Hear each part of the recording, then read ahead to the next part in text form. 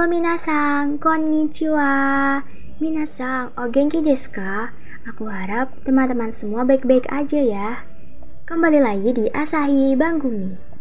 Di sini aku dan temanku bakal jelasin beberapa kosakata yang sering kita temui di kehidupan sehari-hari beserta penggunaannya. Kita punya 3 bab nih. Yang pertama ada kazoku atau keluarga. Kedua ada gakko atau sekolah. Lalu yang terakhir ada kisetsu atau musim. Tanpa berlama-lama lagi, langsung aja ke bab yang pertama, yaitu kazoku, keluarga. Di sini kita akan belajar menyebutkan anggota keluarga untuk diri sendiri dan anggota keluarga untuk orang lain. Nah, bisa dilihat ya teman-teman, cara penyebutan anggota keluarga sendiri. Dimulai dari sofu, kakek, sobo, nenek, cici, ayah, haha, ibu, ani, kakak laki-laki, ane, kakak perempuan, watashi, saya atau diri sendiri, imoto, adik perempuan, dan oto-oto, adik laki-laki. Kemudian ada ryoshin, orang tua, kyodai, saudara.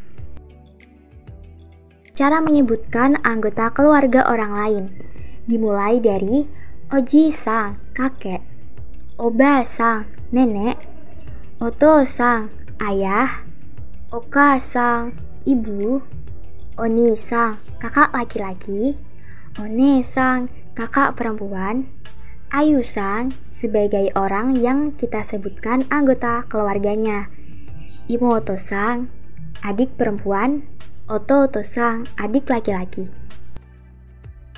Baiklah, untuk contoh pola kalimatnya. Yang pertama untuk keluarga sendiri. Watashi wa ane ga futari desu. Yang artinya, saya mempunyai 2 kakak perempuan. Untuk yang kedua, untuk keluarga orang lain. Ayu-san wa one-san ga hitori desu. Yang artinya, Ayu-san mempunyai 1 kakak perempuan. Selanjutnya, untuk bab yang kedua, kita akan belajar kosakata tentang gakko, yaitu kosakata tentang sekolah. Pertama-tama, kita akan mempelajari tentang tingkatan sekolah. Yang pertama, ada yuenchi. Yuenchi, yang artinya taman kanak-kanak. Yang kedua, shogakko. Shogakko, yang artinya sekolah dasar. Selanjutnya, chugakko. Chugakko, yang artinya sekolah menengah pertama. Selanjutnya ada koko. Koko, yang artinya sekolah menengah atas.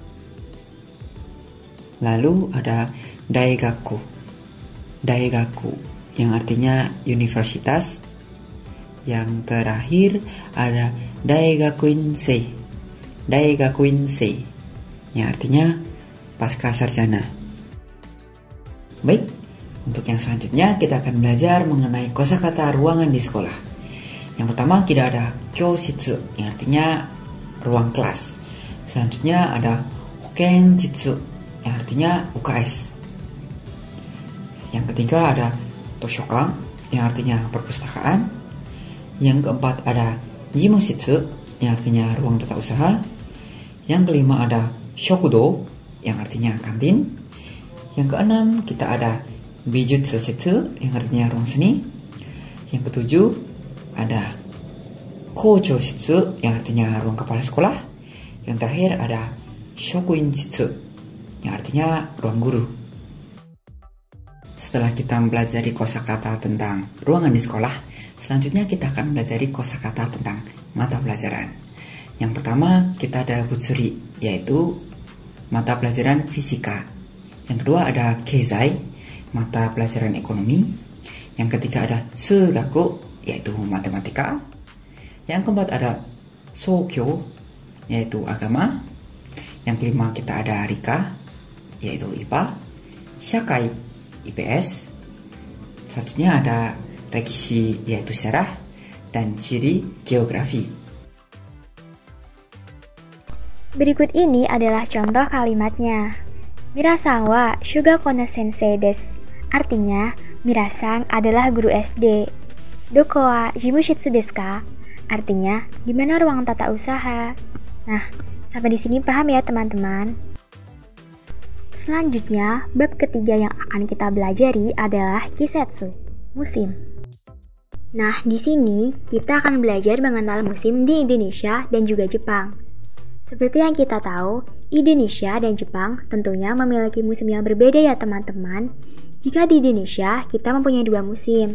Musim hujan, uki, dan musim kemarau, kanki.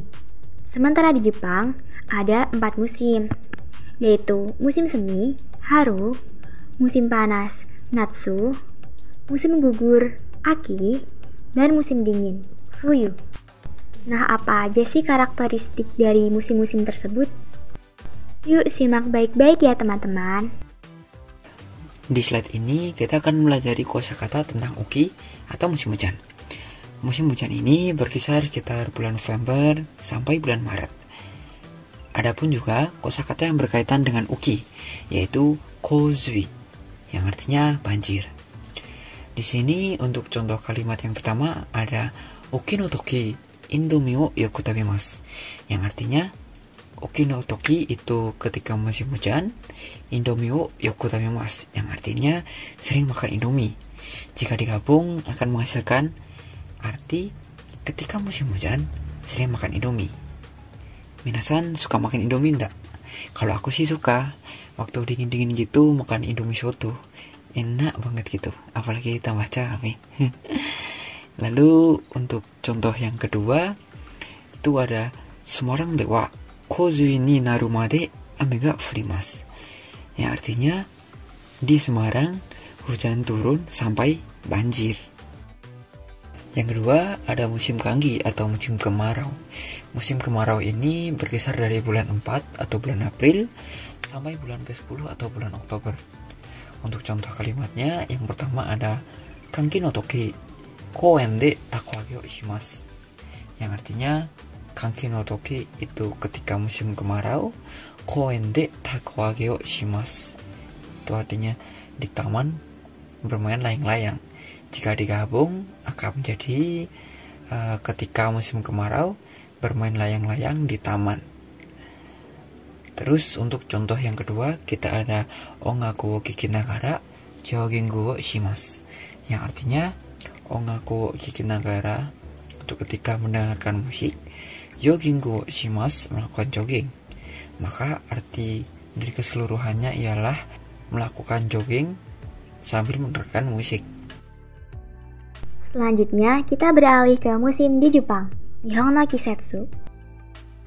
Musim yang pertama yaitu musim semi atau haru.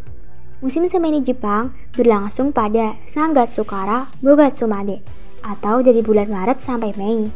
Beberapa kosakata yang berhubungan dengan karakteristik musim semi di Jepang diantaranya adalah hanami atau ohanami. Adalah kegiatan menikmati keindahan bunga, khususnya bunga sakura. Biasanya orang-orang akan mengadakan piknik dengan menggelar tikar untuk pesta makan-makan di bawah pohon sakura. Yang kedua ada Nyogakushiki. Awal dimulainya tahun ajaran baru. Tiap-tiap sekolah akan mengadakan upacara penyambutan siswa baru yang bertujuan untuk menyambut dan mengenalkan lingkungan sekolah. Bukan sekedar duduk di aula mendengarkan sambutan, Nyogakushiki dikemas dengan meriah dalam berbagai susunan acara yang menarik. Selanjutnya ada Taue, adalah proses penanaman padi yang dilakukan secara tradisional. Kemudian yang terakhir ada Atatakai, hangat. Pada musim semi, pepohonan yang gundul mulai menghasilkan dedaunan, bunga-bunga mulai bermekaran, dan cuaca pun mulai menghangat. Contoh kalimatnya, Sakuraga kirede harugaski desu, yang artinya, saya suka musim semi karena bunga sakuranya indah. Musim kedua Jepang ialah Natsu atau musim panas. Musim panas di Jepang berkisar antara bulan Juni sampai bulan Agustus. Untuk kosakata yang berhubungan dengan Natsu ini kita ada Himawari yang berarti bunga matahari. Lalu ada Suikawari. Suikawari ini ialah permainan tradisional Jepang membelah semangka dengan tongkat sambil ditutup matanya. Suikawari ini paling sering terlihat dimainkan di pantai. Akan tetapi, terjadi juga di festival, piknik, serta acara musim panas lainnya. Untuk aturannya mirip dengan Pinata. Selanjutnya ada Hanabi. Kalian pasti udah pada tahu lah ya apa itu Hanabi. Ya, benar. Hanabi adalah kembang api. Di musim panas, Jepang sangat terkenal loh dengan Hanabinya, yaitu Hanabi Taikai. Kosakata selanjutnya ada Tambo, yang berarti sawah. Lalu yang keenam kita ada Atsui, yang artinya panas. Pastilah ya, namanya juga musim panas, masa enggak panas? Apalagi lihat doi jalan bareng orang lain. Hihihihihi. Untuk contoh kalimatnya kita ada Natsuya sumiwa nagai desu, yang artinya libur musim panas itu panjang. Yang kedua ada Atsui wa nigate desu kara natsu ga kirai desu, yang artinya Atsui wa nigate desu kara, karena aku tidak terlalu suka panas, natsu ga kirai desu, aku tidak suka musim panas. Maka jika digabung akan menjadi karena aku tidak begitu suka panas, jadi aku tidak suka musim panas. Musim selanjutnya adalah musim gugur atau Aki. Musim gugur di Jepang berkisar antara Kogatsukara Juichigatsumade atau sekitar bulan September sampai November. Beberapa contoh kosakatanya yaitu yang pertama, momiji. Momiji adalah sebutan daun mapel khas Jepang. Biasanya, daun-daun yang semula hijau akan berubah menjadi kemerahan pada musim gugur. Momiji ga totemo kirei desu yo. Lalu yang kedua adalah budogari. Budogari berasal dari kata budo yang artinya anggur dan gari atau kari yang artinya berburu. Yang jika digabungkan, budogari adalah kegiatan memetik buah anggur. Lalu yang ketiga adalah inekari, yaitu musim panen padi. Waktu inekari juga merupakan waktu yang tepat untuk hewan-hewan bermunculan seperti belalang, jangkrik, dan serangga-serangga yang lain. Dan yang terakhir adalah suzushi atau sejuk.